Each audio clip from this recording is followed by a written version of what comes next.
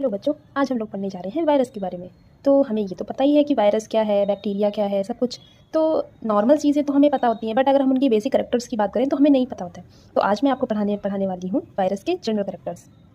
First characters में हम पढ़ते हैं study of virus is called virology. Means virus की स्टडी को वायरोलॉजी कहते हैं। First viral disease in human, मतलब ह्यूमन में पहली वायरल डिजीज कौन सी थी? येलो फीवर, जिसको किसने डिस्क्राइब किया था? वॉल्टर रीड ने। वॉल्टर रीड ने इस येलो फीवर डिजीज़ को ह्यूमंस के अंदर डिस्क्राइब किया था कि हाँ, ह्यूमंस में ये येलो फीवर डिजीज जो है फर्स्ट वायरल डिजीज उन्होंने ये डिस्क्राइब की थी। थर्ड इसका करेक्टर स्पेनले ने बताया 1935 में वायरस को क्रिस्टल किया जा सकता है। मीन्स वायरस को क्रिस्टलाइजेशन हो सकता है, वायरस को हम लोग क्रिस्टल कर सकते हैं।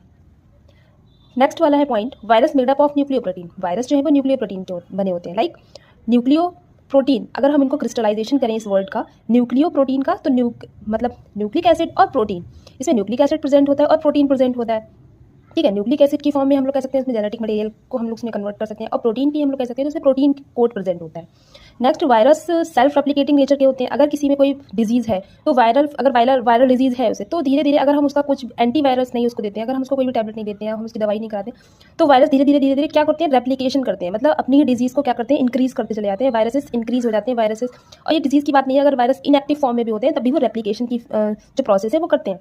वायरस का साइज़ जो है बहुत ही स्मॉल होता है, 20 to 350 nm तक होते हैं। मतलब जो सबसे स्मॉल इसकी जो साइज़ होती है 20 nm से, और सबसे लार्ज इसकी हो सकती है 350 nm तक। Okay, viruses are connecting link between living and non living organism. तो वायरस को हम लोग कह सकते हैं कि एक कनेक्टिंग लिंक होता है। वायरस जो है हम लोग टू टाइप से डिस्क्राइब कर सकते हैं। जैसे अगर वो होस्ट के बाहर है, अगर वो किसी भी ह्यूमन या फिर किसी भी लिविंग ऑर्गेनिज्म की बॉडी से बाहर है तो वो इनएक्टिव फॉर्म में होता है। और जब वो उसके अंदर है, अगर हमें कोई डिजीज़ है, ठीक है, अगर हम लोग को कोई डिजीज़ हो जाती है तो वायरस जो है वो अपनी एक्टिव फॉर्म में होता है। वायरस लिविंग कैरेक्टर शो करता है क्योंकि वो रेप्लिकेशन करता है। बट अगर वायरस हमारी होस्ट के बाहर होता है तो वो इनएक्टिव फॉर्म में होता है, क्योंकि वो रेप्लिकेशन नहीं कर सकता है, वो इंक्रीजमेंट नहीं कर सकता है। वायरस सिर्फ वायरस होते हैं, ठीक है, ना हम उसको लिविंग में कह सकते हैं, ना ही हम उसे नॉन लिविंग में कह सकते हैं, बट वो लिविंग में भी होते हैं और वो नॉन लिविंग में भी होते हैं। इसलिए हम कह सकते हैं कि वायरसेस क्या है?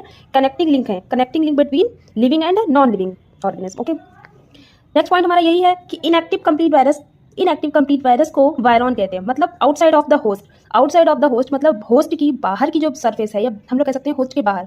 होस्ट कौन होता है? जिसको डिजीज को कॉज करता है। उसके बाहर अगर वो वायरस है तो वो कैसा होता है? इनएक्टिव फॉर्म में होता है, और उसी इनएक्टिव वायरस को हम लोग वायरॉन बोलते हैं। ठीक है, उसी इनएक्टिव वायरस को हम लोग वायरॉन बोलते हैं।